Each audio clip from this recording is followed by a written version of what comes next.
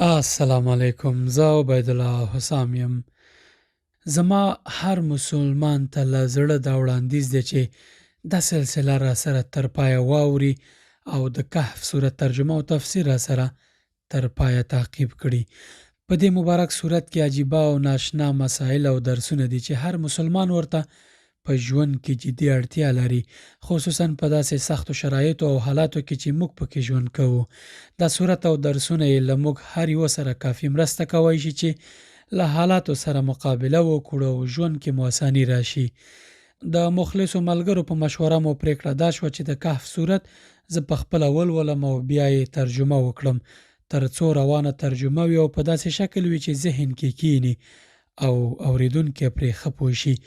که الله پاک توفیق راکړ، انشاءالله بله بڼه به یې داسې جوړه کړو چې یو خوږغږی قاري صاحب یې تلاوت وکړي او زه یې ترجمه او تفسیر درته وکړمه.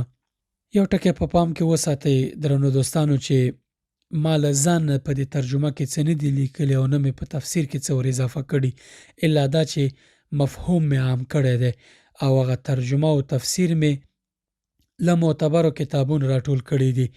ترجمه مې د کشاف صاحب له ترجمې چې آنلاین هم شته دی، قرآن کریم ترجمه یې کړې ده په پښتو باندې، له هغې راخیستې، او تفسیر مې تر ډېره د کابلي ابن کثیر او ځینې نورو تفسیرونو چې اړتیا یې پېښه شوې ده راخیستی دی. د دې صورت مهمې کیسې مې هم د ځینو معتبرو سایټونو نه او ځینو معتبرو علمي مراجعو نه راخیستي. دا سلسله څو برخې لري چې له تاسې مې هیله ده چې ټولې برخې یې واورئ او وګورئ تر څو پرې سم پوه شئ. خبرې نه اوږدوم او راځمه اصلي موضوع ته. د کهف سورت په لوستلو انسان څو شیانو ته متوجه کیږي. مؤمنانو ته د دې زیره ورکول کیږي چې د طاغوت او طغیان پر وړاندې د مبارزې او صبر حتما پایله شته او هغه بری دی. که انتظار هر څومره اوږد وي خو د سختیو شپه سهار کیږي.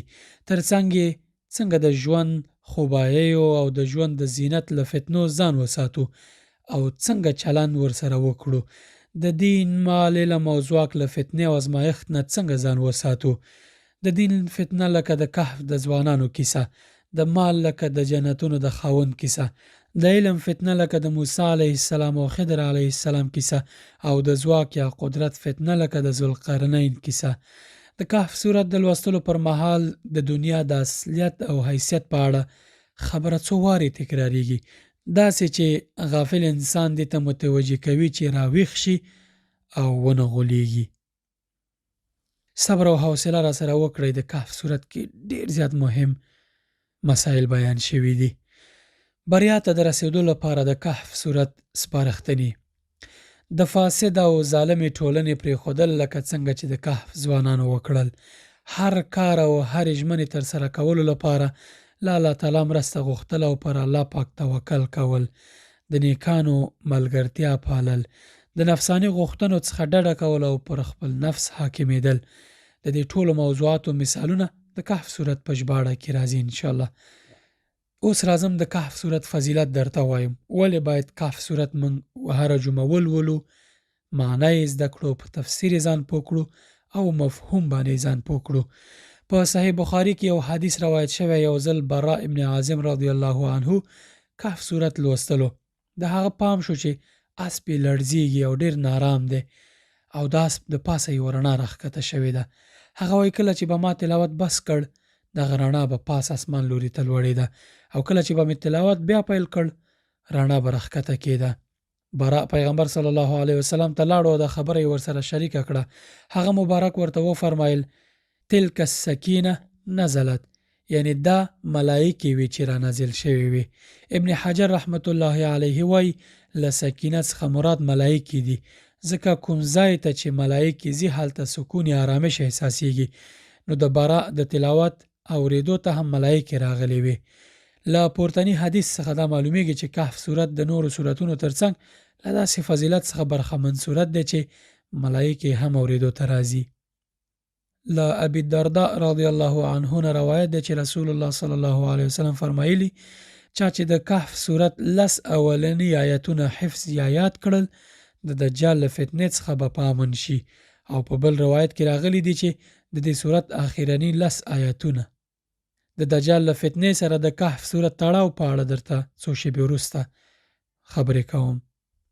همدارنګه رسول الله صلی الله علیه وسلم په یو بل مبارک حدیث کې فرمایي چا چې د جمعې په شپه سورت کهف تلاوت کړ د ده له کور څخه بیت العتیق پورې یعنی کعبې شریفې پورې به نور وي او په بل روایت کې د دواړو جمعو ترمنځ به نور وي راځي.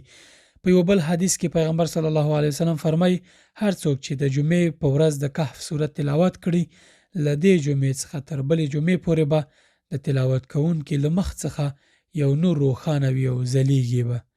د حدیث مستدرک الحاکم روایت کړي او تر دې مخکینی حدیث صحیح الترغیب و ترهیب کې روایت شوی دی. د کهف سورت موضوعات څه دي؟ د کهف سورت مقصد پاکي او پوهی کې یو الله تعالی باندې عقیدې ته رابلل، پیاوړي هوډ، نیکیو، اخلاق او سالم فکر ته د خلکو رابلل چې په دنیا او آخرت کې انسانان پرې بریالي کېدای شي. د کهف سورت اصلي موضوع دا ده چې د دې سورت په تلاوت کولو سره الله متعال انسان له هر ډول امتحانونو او ازمایښت او فتنو څخه ساتي. کهف له کیسو ډک سورت او په هره کیسه کې د الله تعالی یو لوی امتحان دی چې خپل بندگان پرې امتحانوي. په دې مبارک سورت کې 15 کیسې دي چې هر یوه د عبرت لوی درس دی. لومړی د کهف د ځوانانو قصه چې د دین په مقابل کې د فتنې کیسه کې بیانېږي. د باغونو یا جنتونو د خاوندانو کیسه یعنی د مال د فتنې نه د بچ کېدو کیسه. د آدم علیه السلام او ابلیس علیه اللعنه کیسه. د موسی علیه السلام او خضر علیه السلام کیسه یعنی د علم د فتنې کیسه. د ذوالقرنین کیسه یعنی د قدرت یا ځواک فتنه او د هغې کیسه. دا هره کیسه د اړوندو آیتونو سره درته بیانوم خو دلته یې په موضوعي ډول لنډیز درته بیانوم. لومړی د اصحاب کهف کیسه. د کهف ځوانانو کیسه ډیر جزئیات لري خو زه یې په لنډ ډول درته بیانوم. دوی په الله پاک باندې ایمان لرونکي یوه ډله ځوانان وو. کره شمېر یې نه دی معلوم ځکه الله پاک له دې مؤمنان منع کړي دي چې د دوی د شمېر په اړه بحث وکړي ځکه مهم د دوی داستان او له هغې درسونه دي نه د دوی شمېر. دغه ایمان لرونکي ځوانان په داسې یوه سیمه کې اوسېدل چې اوسېدونکي یې کافران او مشرکین وو. د کهف سورت له یوه مبارک آیته دا معلومیږي چې دوی خپل عقیده او دعوت علني اعلان کړی و او خلک یې توحید او د بتانو عبادت پرېښودو ته بللي وو خو دوی نه و توانېدلي چې خلک قانع کړي او خلکو یې دعوت رد کړی و او د هغه وخت او د هغه ځای پاچا او د دوی مخالفینو غوښتل چې دوی ووژني. هر چا چې به د دوی په شان کار کاوه او ایمان به یې څرګند شو خلکو او د هغه وخت پاچا به وژل. پاچا غوښتل دغه ډله ځوانان چې په الله تعالی یې ایمان درلود له منځه یوسي خو هغوی د دې ظلم نه د بچ کېدو او له فتنو او شرک څخه د ځان خوندي ساتلو لپاره له خپلې سیمې ووتل او ځانونه یې له خپل قوم ورک کړل. دوی د الله پاک په توفیق او مرستې یو کهف یا څمڅې ته پناه یوړه او هلته پټ شول او له خپل رب نه یې مرسته وغوښته او دعا یې وکړه چې ربنا آتنا من لدنک رحمه وهیئ لنا من امرنا رشدا. د کهف سورت 11 آیت. ای پروردګاره موږ په خپل ځانګړي رحمت سره سرلوړي کړه او زموږ چاره سمه کړه. کله چې دا دعا وکړه الله پاک دوی ته داسې سمڅه برابره کړه چې پراخه وه. لمر یوازې د لمر ختلو او لمر ډوبېدو پر وخت د دوی کهف یا سمڅې ته له یوې سوړې چې په کهف کې وه دننه کېدو ځکه دروازه یې شمال لوري ته وه. کله چې دوی کهف ته دننه شول او هلته یې دعا وکړه الله پاک د دوی دعا قبوله کړه. دوی یې 309 کلونو لپاره ویده کړل. په دغه موده کې الله پاک دوی یو اړخ او بل اړخ اړول او راړول چې تر څو ځمکه د دوی بدنونه ضایع نه کړي. الله پاک د دوی د غار شاوخوا سیمه کې دومره هیبت اچولی و چې خلکو جرأت نه کاوه چې هلته ورنږدې شي. د کهف دروازه کې له دوی سره یو سپی هم ملګری و چې د کهف په دروازې کې د دوی پیره کوله. له اوږد خوب وروسته الله پاک دوی ویښ کړل. کله چې دوی ویښ شول له یو بله یې پوښتنه وکړه چې څومره موده به مو خوب کړی وي. په خپلو کې یې سره ویل چې کیدای شي یوه ورځ یا د ورځې یوه برخه به مو خوب کړی وي خو خبر نه و چې څه باندې 3 پېړۍ ویده کړی شوي وو. کله چې ویښ شول وږي شوي وو او یو کس ته یې پیسې ورکړې چې ښار ته لاړ شي او خواړه راوړي. کله چې د دوی استازی ښار ته لاړ او خلکو سره په اختلاط شو، خلک پرې پوه شول چې دا همغه ډله ځوانان دي چې له کلي لا درکه شوي وو او الله پاک بیرته راستانه کړي دي. ځکه یې وپېژندل چې هغه ښار ته تللي کس سره داسې پیسې وې چې 300 کاله پخوا کارېدلې او اوس بیا هر څه بدل شوي وو. خلک په دې باوري شول چې الله پاک چې له اوږده خوب وروسته خلک راویښولی شي، د قیامت په ورځ هم خلک بیرته راژوندي کوي. له دې وروسته د کهف ځوانان وفات شول. هغه وخت د مؤمنانو او غیر مؤمنانو په منځ کې اختلاف پیدا شو چې په دوی او د دوی په دغه ځای څه وکړي چې دوی پکې ویده وو یا پکې وفات شول. د ډېرو رایه دا وه چې پر دوی جومات جوړ کړي او بیا همداسې وشول. دا د غالبو مؤمنانو ګمان و. جومات پرې جوړ شو او ان تر اوسه پورې هم شته دی په هغه سیمه کې. د دې کیسې خلاصه د کهف صورت په پیل کې راغلی ده چې له خیره ورسېدونکي یو او هلته به یې بیا په واضح ډول باندې بیان کړو. دویمه کیسه د کهف په صورت کې د مال یا د پیسو د فتنې کیسه ده. په دې کیسه کې الله تعالی موږ ته خدا نه کوي کله چې پیسې یا دنیوي مال د انسان هر څه شي او یا د انسانانو ټول هدف پیسې شي، بیا څه پیښیږي. د پیسو په مقابل کې انسان مغرور او متکبره کیږي. د دې ستونزې د حل لپاره د کیسې په آخر کې الله تعالی بیا وایي چې دا دنیا د لنډې مودې لپاره ده. یوازې الله تعالی د مال ورکوونکی دی او شته هر څه به یوه ورځ د ټولو له لاسه وځي.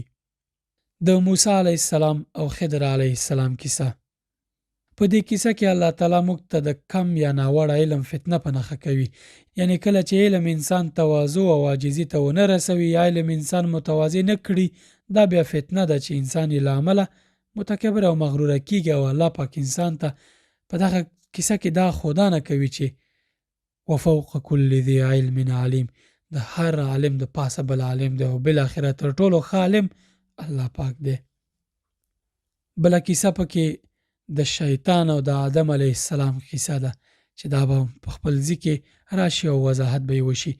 پنځمه او آخري کیسه د کهف په صورت کې د ذوالقرنین کیسه ده. په دې برخه کې د ځواک او قدرت فتنه بیانېږي. په دې کیسه کې الله متعال خپلو بندګانو ته وایي چې الله تعالی ذوالقرنین امتحان کړل، خو هغوی څنګه او په څه ډول له دې امتحان څخه ووتل. اوس راځو د کهف صورت سبب نزول ته. ولې کهف صورت نازل شوی دی؟ امام ابن جریر طبري له ابن عباس رضی الله عنه څخه روایت کړی چې کله په مکه مکرمه کې د نبی کریم صلی الله علیه وسلم د نبوت اوازه خپره شوه او د مکې قریش په دې ډېر خفه شول، نو نضر ابن حارث او عقبه ابن ابي معید په نوم 2 کسان د مدینې منورې په لور د یهودو عالمانو څخه د پوښتنې په موخه ولیږل. دوی دغه عالمان وپوښتل چې د دې نوي پیغمبر په اړه څه وایي. یهودو عالمانو دوی ته وویل چې له دې پیغمبر نه 3 شیانو پوښتنه وکړئ. که یې د دې پوښتنو سم ځوابونه وویل نو پوه شئ چې دغه د الله تعالی نبی او رسول دی، او که یې سم ځوابونه ونه ویل نو پوه شئ چې دا نبی او رسول نه دی. یهودو عالمانو دوی ته وویل له هغه ناوله پوښتنه د هغو ځوانانو په اړه وکړئ چې په تیره زمانه کې د خپل ښار نه ووتل، یعنی اصحاب کهف. دویمه پوښتنه ترې د هغه سړي وکړئ چا چې د دنیا او مشرق او مغرب ته سفر وکړ، یعنی ذوالقرنین. او دریمه پوښتنه ترې د روح په اړه وکړئ چې روح څه شی دی. دواړه قریشیان بیرته مکې ته راغلل او خپلو خلکو ته یې د یهودو عالمانو ټوله کیسه وکړه. قریش له همدې 3 پوښتنو سره د نبی کریم صلی الله علیه وسلم په مقابل کې حاضر شول او دا 3 پوښتنې یې ترې وکړلې. نبی کریم صلی الله علیه وسلم ورته وویل چې زه به تاسو ته د دې سوالونو ځوابونه سبا ووایم. خلک لاړل او نبی کریم صلی الله علیه وسلم د وحی په انتظار و تر څو د دې سوالونو ځوابونه ورته د وحی له لارې وویل شي. وعده پوره شوه، سبا وشو، خو وحی نازل نه شوه او نه هم جبرائیل امین راغی. د مکې قریشو په رسول الله صلی الله علیه وسلم باندې مسخرې پیل کړې. هغه مبارک په دې کار سخت غمجن او پریشانه شو. 15 ورځې وروسته جبرائیل امین علیه السلام د کهف صورت له وحی سره یو ځای نازل شو. د وحی د تاخیر علت دا و چې پیغمبر صلی الله علیه وسلم د وعده ورکولو په پای کې ان شاء الله ویل هیر شوی وو. په دې صورت کې د وحی د تاخیر علت هم بیان شوی او الله تعالی رسول الله صلی الله علیه وسلم ته وایي کله چې له چا سره وعده کوي نو ضرور ور سره ان شاء الله وایه. دا موضوع په کهف سورت کې بیان شوی او د دې ترڅنګ په دې سورت کې الله تعالی د قریشو د هغو سوالونو ځوابونه هم وایي او دوی ته دا ثابتوي چې دغه معتبر انسان برحق نبی دی او وحی ورته کیږي او له ځانه هیڅ نه وایي. د دجال له فتنې سره د کهف سورت تړاو څه دی؟ د انسانانو په ژوند کې د دجال له فتنې څخه بله لویه او ناوړه فتنه یا ازمایښت نشته.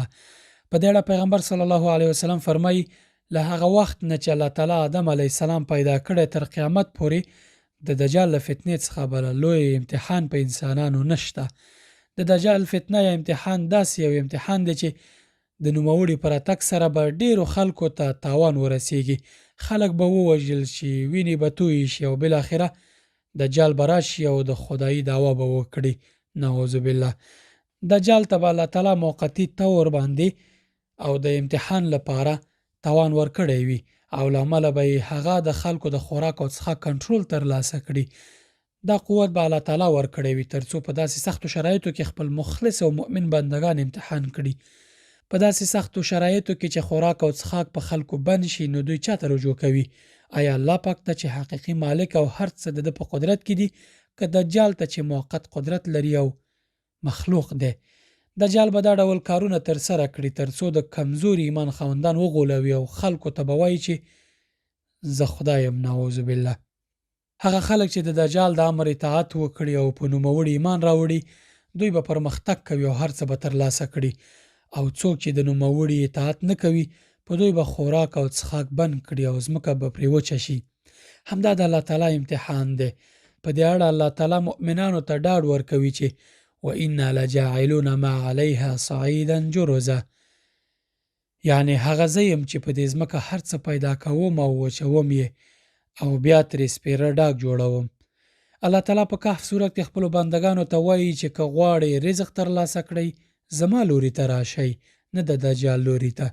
د ځمکې د وچولو او سپېره کولو واک یوازې د الله تعالی سره دی، نه د دجال سره. خو افسوس چې ځینې خلک غولیږي او د دجال د فتنې ښکار او د الله تعالی په امتحان کې ځان ناکامه کوي. له دې لوی امتحان او د دجال له فتنې څخه د خلاصون په اړه پیغمبر صلی الله علیه وسلم موږ ته ډېره واضحه ښودنه کړې. که موږ پرې عمل وکړو انشاءالله چې په ډېرې اسانۍ به له دې لوی امتحان څخه او له دې لوی فتنې څخه خلاصون ومومو.